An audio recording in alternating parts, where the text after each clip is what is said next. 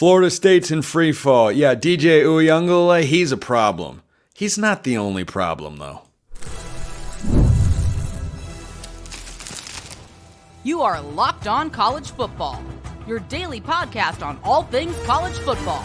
Part of the Locked On Podcast Network, your team every day. Welcome, everybody, to another episode of Locked On College Football. I'm your host, Spencer McLaughlin. Thank you so much for making this your first listen or your first view every day. Part of the Locked On Podcast Network, your team every day, and your daily source to stay up to date with the biggest stories in the greatest sport on planet Earth. Today, we're hitting the Florida State free fall. They've lost 3 games in a row, by the way, dating back to last year. Is Brian Kelly's seat warming up? And the Pac-12 calls off its Mountain West scheduling arrangement, what that means for everybody's favorite topic, realignment. This episode brought to you by Ultimate College Football HC, a brand new mobile game that's completely free, has no ads, 100% playable offline. Use the promo code LOCKEDONCFB, all caps, inside the game store to receive a free boost to your program. Begin your coaching legacy today. That is Kenton Gibbs, Locked On ACC.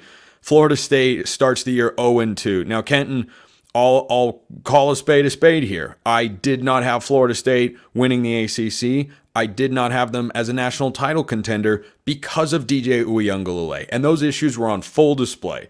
Can't consistently string together passes, misses open receivers.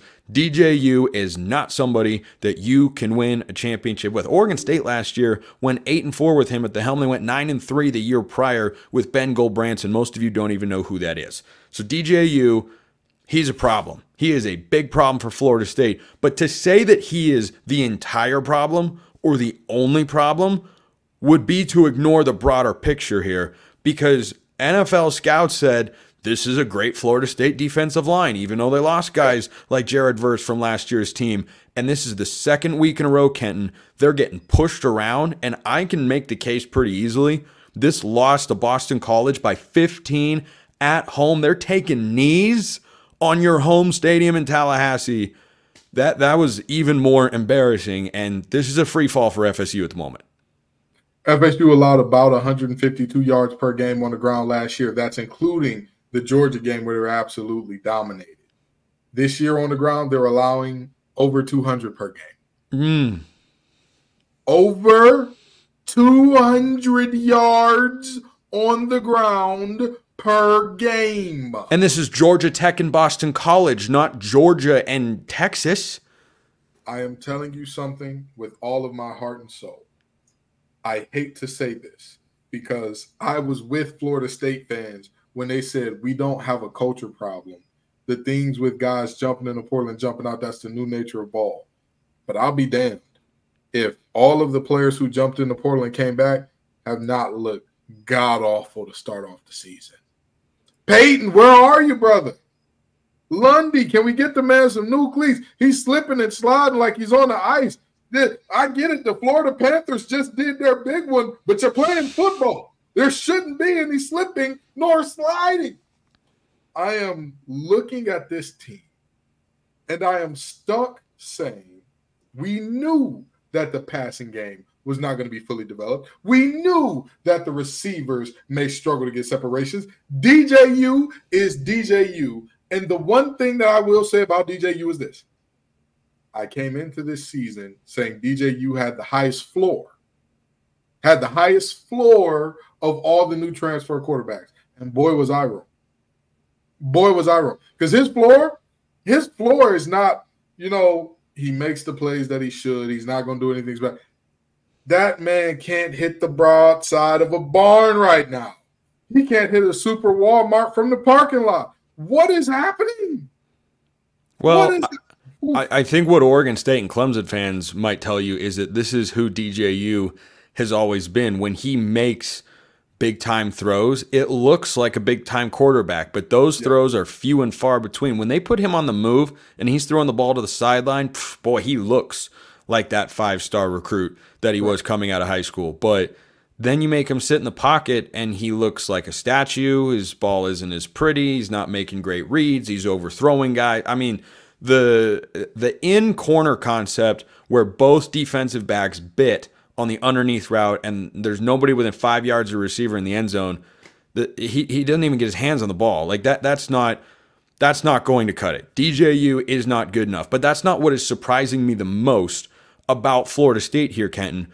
That defensive front is why I felt coming into the year Florida State would be a double-digit win team. Like, they're not going to – I don't think they're going to win the ACC. I don't think they're going to the national championship game. Maybe they get into the playoff, because I thought their roster and what they did in the offseason to replace everybody that was lost was going to just be better than most of the teams they played. And look, you call it a coaching problem, you call it a culture problem, you can call it both. I don't care. Something's wrong on that defense, because they're not paying off NFL scouts to give them NFL draft grades. Right. That's not something that happens, at least not to my knowledge. And I don't think that that's what is taking place here. Something's wrong with that defense. They lack cohesion, effort, and good run fits. If you watch that team, and I'll say this, in terms of the coaching problem, this is some of the worst coaching I've seen in quite some time. To see Castellanos run multiple of the QB counter kind of triple option thing where you've got one back darting to the flats and him doing the little quarterback counter after a fake, and to see that they didn't adjust to it after the first time they gashed him for 30-plus yards. And you didn't think, this team that's trying to kill the clock, they want to run the ball, they want to leave the ball in their most dynamic weapon's hands. The most dynamic weapon is their quarterback. That play bust wide open. To think that they weren't going to go back to it. Is you cool? Are you okay? Is everything working properly up here? Are the lights on? Is anybody home? What? I am thoroughly disappointed here.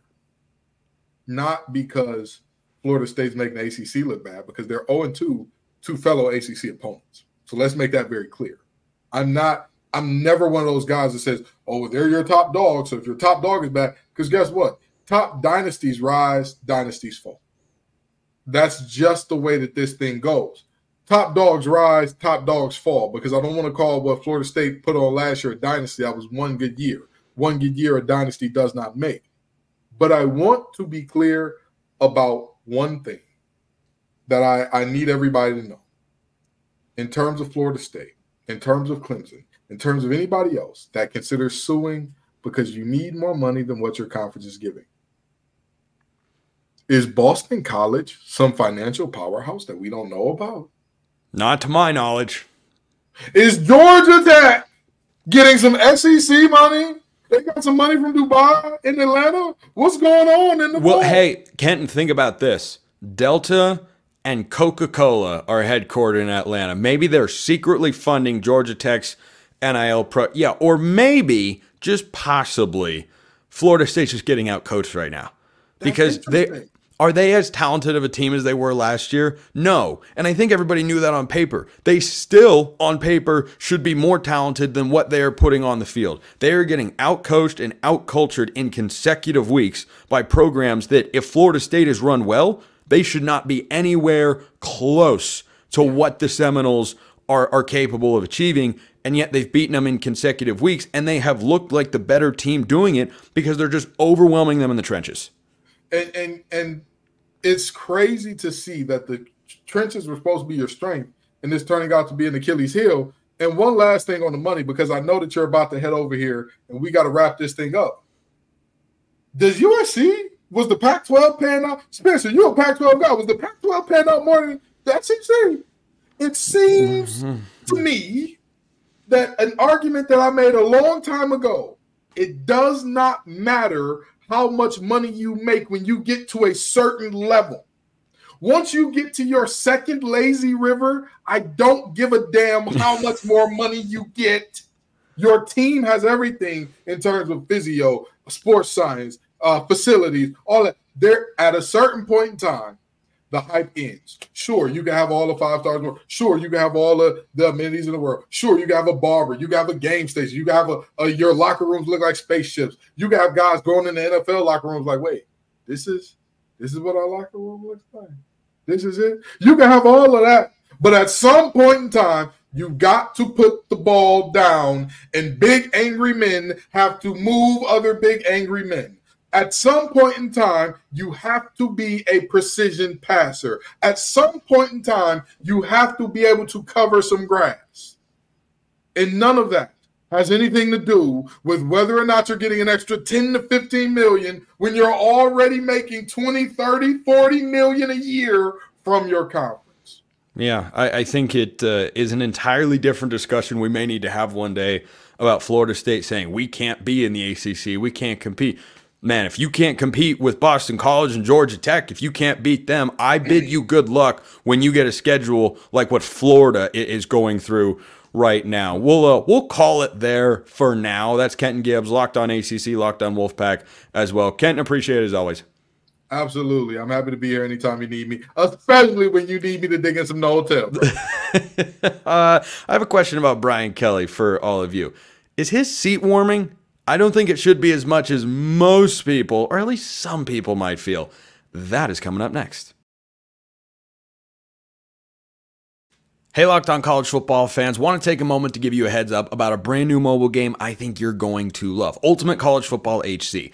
In this amazing game and simulation, you get to step into the shoes of a head coach and lead your college football program to glory. Can you imagine actually being the head coach of your favorite team and having that in your pocket, on the go, offline, wherever you go? Ultimate College Football HC is completely free, has no ads, and 100% playable offline. And here's what you'll really love about the game. You decide everything. Hiring coaching staffs, managing training camps, handling scholarships. You're responsible for play calling as well. Everything shapes the future and legacy of your program.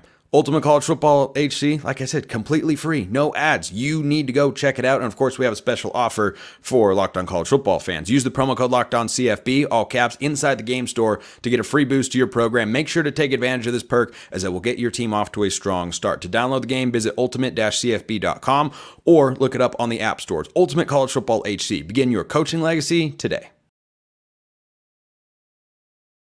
Do you look at Brian Kelly and think his seat is getting warm? I'm not ready to make that jump just yet. That is Matt Moscona, Locked On LSU, joining me on the show. I know it was disappointing for LSU fans to lose the first game of the year for a third consecutive season under Brian Kelly. Is that five consecutive seasons that they have lost their first game, and 3 in a row for Brian Kelly specifically? I was actually pretty impressed with both LSU and USC. I thought the defensive staffs showcased that they are making an immediate impact. I thought both quarterbacks were really good. I feel like LSU has the capability to end up at 10-2 or 9-3 and be in the playoff mix, which is why my hot seat meter for Brian Kelly is maybe lower than most. Well, there is no hot seat meter at all for Brian Kelly, and the financial reason is why. Spencer, they could go 0-12 this year. He's not getting fired. They would owe him $68 million if they fired him after the season. And LSU does not even remotely, they're not even remotely close to having a semblance of a sniff of that kind of money. I tell people this all the time when they ask, for better or worse, good or bad, LSU and Brian Kelly, they are adjoined for a decade, financially and in every other way. So Brian Kelly, his seat is not hot. He is going nowhere. There's no reason to continue the conversation. I wonder if Texas A&M fans said the same thing before they paid Jimbo Fisher $75 million to go away. Spencer, you've got to understand the money you're talking about, the difference between Texas A&M and LSU are light years of difference. For example, Texas A&M has, I believe, the 5th largest endowment in the country. It's like Yale, Harvard, Princeton, MIT, Texas A&M. LSU's endowment is like $700 million. Like the two are not equal. It is not even the same stratosphere. I'm telling you this, there is no reality where LSU, there is a better chance that the citizens of the United States of America elect me president in November than LSU paying Brian Kelly $68 million to go away. I am telling you, this is not an opinion. It is a statement of fact. Brian Kelly has no warmth at all on his seat, at all. Well, that being said, he is certainly a coach not afraid to express his frustrations. I don't think that's the worst thing in the world if you're an LSU fan, because if the team is not performing up to the standard that you expect, I hope the coach is frustrated. I hope the coach is upset. But do you think after an 0-1 start, Brian Kelly can turn this around and guide LSU to the playoff? And you and I talked before the year that if LSU loses his first game, it's a complicated path to get there. It's not impossible, though. It might come down to that Ole Miss game. Yeah, I think the Ole Miss game, when you and I talked before the season, Spencer, I told a lot of people always circle Bama. I told you the Ole Miss game was the biggest game of the season for LSU, because if you get past that one, certainly depending on what happened against USC, now they lost that game. Like, if you lose to Ole Miss at home, now you have to win out. You have no margin for error, and I don't see that as possible. You get past Ole Miss, there's a path that you could go 5-1 in your final 6, finish 10-2, maybe with a win over Bama, and be a playoff team.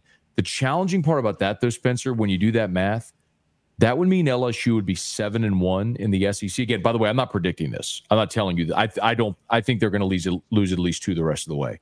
My thought was always they'd go 10-2, but that included a win over SC. So with a loss to SC, I do not think that this is going to happen. But this is the complicated path. If you do manage to go 10-2 at this point, you're 7-1 in the league, which means you're probably going to Atlanta at 7-1. And if you are, and let's say you go play Georgia and lose, now you're 10-3. Does that knock you out? And I think that's one of those really complicated scenarios that the committee might have to dissect if it comes to pass. Again, I want to be clear. I do not think that comes to pass. But that's something that is mathematically and potentially still on the table. Yeah, and I want your thoughts kind of on LSU's ability to do that. You said, you don't feel like they're going to get there, but is there any hope in your mind, based on what you saw in week 1 against USC, that LSU is capable of getting to that level? I didn't think they were a playoff team before the year. I thought they would beat SC. I thought the defense would be better. The offense would take a step back, because you're not going to be the best offense in college football 2 years in a row. And LSU put up 427 yards, something like that. I don't have it right in front of me. But, I mean, the offense moved the ball. You had to finish drives in the red zone, man. I mean, when you get to the 3-yard line on the opening possession of the ball game and get no points, when you get down inside the 15 and you kick a chip shot field goal because you stall out. I mean, those are drives they finished a year ago. And that was really the difference in this ball game. Again, I don't know that you're going to see an LSU defense that looks like a world beater, but I think they executed their plan perfectly, Spencer. Like, the whole thing was, we're not giving up 60-yard touchdowns, because that's all they did last year, and 80-yard touchdowns. It was atrocious. They'll give you a 6-yard underneath and a 9, 12-yard underneath. They're going to make you go 8, 10, 12 yards and chew up the clock down the field. And I thought they executed that really well on Sunday night and put themselves in position to win. I'll put it to you this way. I don't know if you agree with this, but if LSU's offense a year ago had the defense we saw on Sunday night, that's a playoff team and might well be a 100%. 100%. And I think the same, frankly, goes for USC, who had an incredible offense, and that defense was noticeably better. They were more gap sound. They tackled better. The scheme and play calling was much better. Everything was better. I thought both defensive coordinators showed their worth immediately. And it's why I'm not discounting the possibility that LSU goes 10-2 by the time the season comes to a close. It's hard, but I am in no way writing them off. I want to go elsewhere around the SEC with you for a moment, Matt. You shared your thoughts on the Brian Kelly, any warming or hot seat there and such. But let me ask you this. Shane Beamer at South Carolina, Sam Pittman at Arkansas. Who's gone first? Pittman.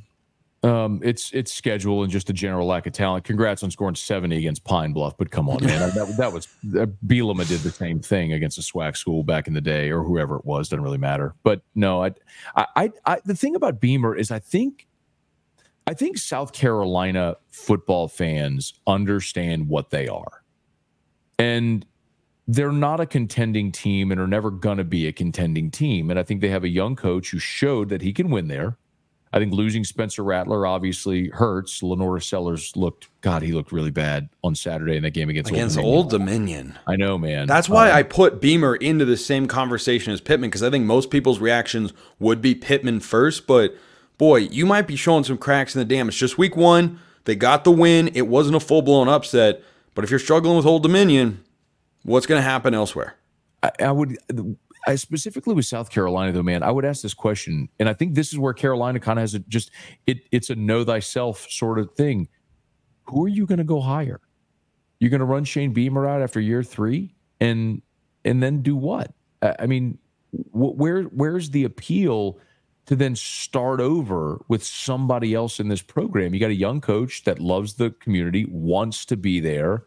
I could see staying there for a decade or more, kind of like what Mark Stoops has done at Kentucky. And if you give him time to build it, I think he can build something similar to what Stoops has built at Kentucky. But that's probably the ceiling there. You know, every now and again, maybe you pop a 10-win season and they're ecstatic and they build you a statue for it. But I don't know, man. I think that would be a big mistake if Carolina forced Beamer out, because I just don't know that there's a better option for Carolina. Matt Moscona, Locked On LSU. Matt, appreciate the time as always. My pleasure. We're going back out west because Oregon State and Washington State, they're going to have that scheduling arrangement with the Mountain West next year, right? Wrong. That's been called off. What do they do next? That's coming up next. First, let's talk about 5-Hour Energy. Are you tired after lunch? That's not surprising. You know why? Studies show that more than 70% of us hit the wall after lunch. Let a 5-Hour Energy shot help you leap over that wall instead of crashing into it. You could do it before your workout, while you're watching sports, tackling a to-do list. Everything you need energy for, 5-Hour Energy can fuel you up. With zero sugar and a convenient portable size, it's the perfect pick-me-up for getting stuff done. The 5-Hour Energy website has a bunch of flavors too. Watermelon, tropical burst, grape, berry, and there's just something for everyone over there. So go try them all. You can build your own 12-pack or your own 24-pack and have 5-Hour Energy deliver it right to your door. If you go to 5hourenergy.com, that's the number 5, hourenergy.com, and get some 5-Hour Energy product today, you can use my promo code LOCKEDONCFB to get 20% off your order. This offer is only valid until September 30th on one order, cannot be used with other promotions. The code is not good on subscription orders. Go get the energy boost you need. 5-Hour Energy, 5hourenergy.com. Go check them out. That's the number 5, hourenergy.com. Check them out today. So the Pac-12 has called it quits, apparently, with the Mountain West after this season. Now, that doesn't mean there won't be any Mountain West teams on the schedule next year. What does it actually mean? Couple of things to know here. First, the scheduling alliance between Oregon State and Washington State, the Pac-12, which is the label they play under, there won't be a conference championship game, and the Mountain West was agreed upon for this year and had a mutual option for next year. And reportedly, the sides are too far apart. And there are a couple of different hiccups there. One of them is that there are athletic directors in the Mountain West who look at these games and go, we're not going to beat Washington State, or we're not going to beat Oregon State. They're better programs than us, especially in the recency with which they were just playing in a fully loaded Pac-12 and the number of players they had on their roster who can compete at that sort of level. So we don't want to have another loss in there. That's just one factor. I'm sure there were others as well. The good news for the Pac-12 is they have an arrangement with the CW to broadcast their home television games. And we saw that over the weekend when Washington State throttled Portland State. John Mateer looked very, very good at the quarterback position. And Oregon State ran the ball all over against Idaho State, admittedly. But FCS teams are not always as easy to beat as they seem. If you know, you know what I'm referring to there. But I think Oregon State is still running in that particular game. Rumor has it. I haven't been to Corvallis to check it out, but that's what they're saying. Anyway, so they both get off to good starts. They're going to play 7 Mountain West teams this year. They will play each other. They will play a handful of Power 4 schools. But not having the alliance for 2025 throws into question what their schedules are actually going to be. So you're now in a situation where you're a de facto college football independent, which you sort of are now, but in this season, it feels like they're closer to being a member of the Mountain West than they are being an independent. But Oregon State and Washington State are going to have to build a schedule. Now, the good news is some games are already built into that schedule. You have the Civil War and the Apple Cup. So you have quality games that should, barring a change, take place once again in 2025, and that's a Power 4 school for both teams to have on the schedule, which is very important. They play each other. That's 2 games. They'll both play an FCS opponent. That's 3 games. So you need to find 9 games. And the strategy for Oregon State and Washington State should be incredibly simple. Find as many Power 4 games as you possibly can. You can throw in some Group of 5 matchups. I don't think that's the end of the world. You look at what Notre Dame puts together has put together for their 2024 schedule. They've got 8 Power 4 opponents. They've got USC. They've got Texas A&M. They have a bunch of ACC teams. They have Purdue in there as well. they've got Louisville, and then they have 4 Group of 5 teams. So if you're Oregon State and Washington State, you know at the very least, to put together the best schedule possible, having, let's say, 3 Group of 5 matchups on there, whoever those G5s are, is not going to tank your schedule. So if you put 3 Group of 5 games on there, in addition to the 3 games you already have on that schedule, suddenly you're at 6 games and you need to find 6 more. And the goal should be to play the best teams you can, have the most visibility possible, and build the strongest resume that you possibly can accumulate. So is that an easy thing to do? No, because a lot of college football scheduling, which I will, from now until the end of time, I might make an amendment to what's going to be put on my gravestone. Number 1 is President's Vote on Realignment, but right underneath it, college football scheduling is broken unless it gets fixed by the time I die, in which case we can leave that part off of there. But college football scheduling not being done on an annual basis hurts the sport. It hurts fans. It hurts teams. It hurts G5 schools. It's not good for anybody, but it's how we do it anyway. So the availability of Power 4 games might be a fleeting factor. I would start, if I were Oregon State and Washington State, with former Pac-12 schools. Oregon State has got Cal on the docket this year. Maybe you have a return game there. Maybe you call Stanford. Maybe you call UCLA, because UCLA, what do you know? They're in for a tough year after they scrape by Hawaii. At least that's how it looks at the outset. Ethan Garbers threw an interception over his head. I'm not kidding. That's a real thing that happened in a football game. UCLA's 1-0. I don't know how many more games they win the rest of the year. My prediction is 3, but I think 2 is more likely than 4. So for the Bruins, maybe they'd want to put a game on the schedule that they feel is more winnable than teams they're going to play in the Big Ten or whoever their non-conference slate is. Maybe one of the Arizona schools has got an opening. I don't know. You have to look at what the athletic departments have set, what games they're willing to move, and everything like that. I know, for instance, that BYU currently has an FCS opponent on their schedule for next year, but they're going to reshuffle that game around. Maybe Oregon State or Washington State reached out and said, hey, we want to play this game. Maybe, think about this, Texas Tech was supposed to go to Oregon this year. They're going to Washington State instead so that Oregon can play Oregon State. Maybe Washington State gives Texas Tech a return game. They're going to play in Pullman this weekend. It should be an incredibly fun and competitive football game because Texas Tech unexpectedly struggled with Abilene Christian out of the United Athletic Conference. And I'm the voice of the Southern Utah Thunderbirds. Shout out to UAC, but what the heck was happening there, Texas Tech? 52-51? My goodness, that was not something I expected to see. 52 points, yes, but 51, whoof. Got to make some defensive adjustments over there. But maybe you give them a return game to Lubbock. You find whatever possibility is available to you. You put together the best schedule you can. You have the best year you can. And then going into 2026, you have to then make a decision. Are we joining another conference, or are we putting together a new look Pac-12? And putting together a schedule should be predicated upon demonstrating to the rest of the country that this league, with us as a part of it, is going to give you, whoever you are, G5 teams they're talking to that they want to join the league, like Boise State, Tulane, Fresno, UNLV, whoever.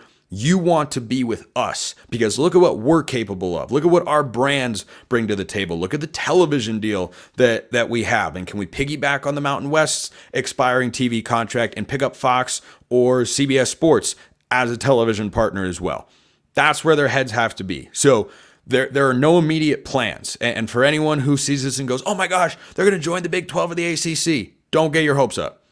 Do not get your hopes up. Remember, Clemson and Florida State are going to be playing in the ACC in 2025. That deadline passed in August. So they're going to be members of that conference. And they might be looking at how this season plays out and thinking to themselves, do we really want to join the SEC or the Big Ten? Because, boy, they don't look ready for it right now.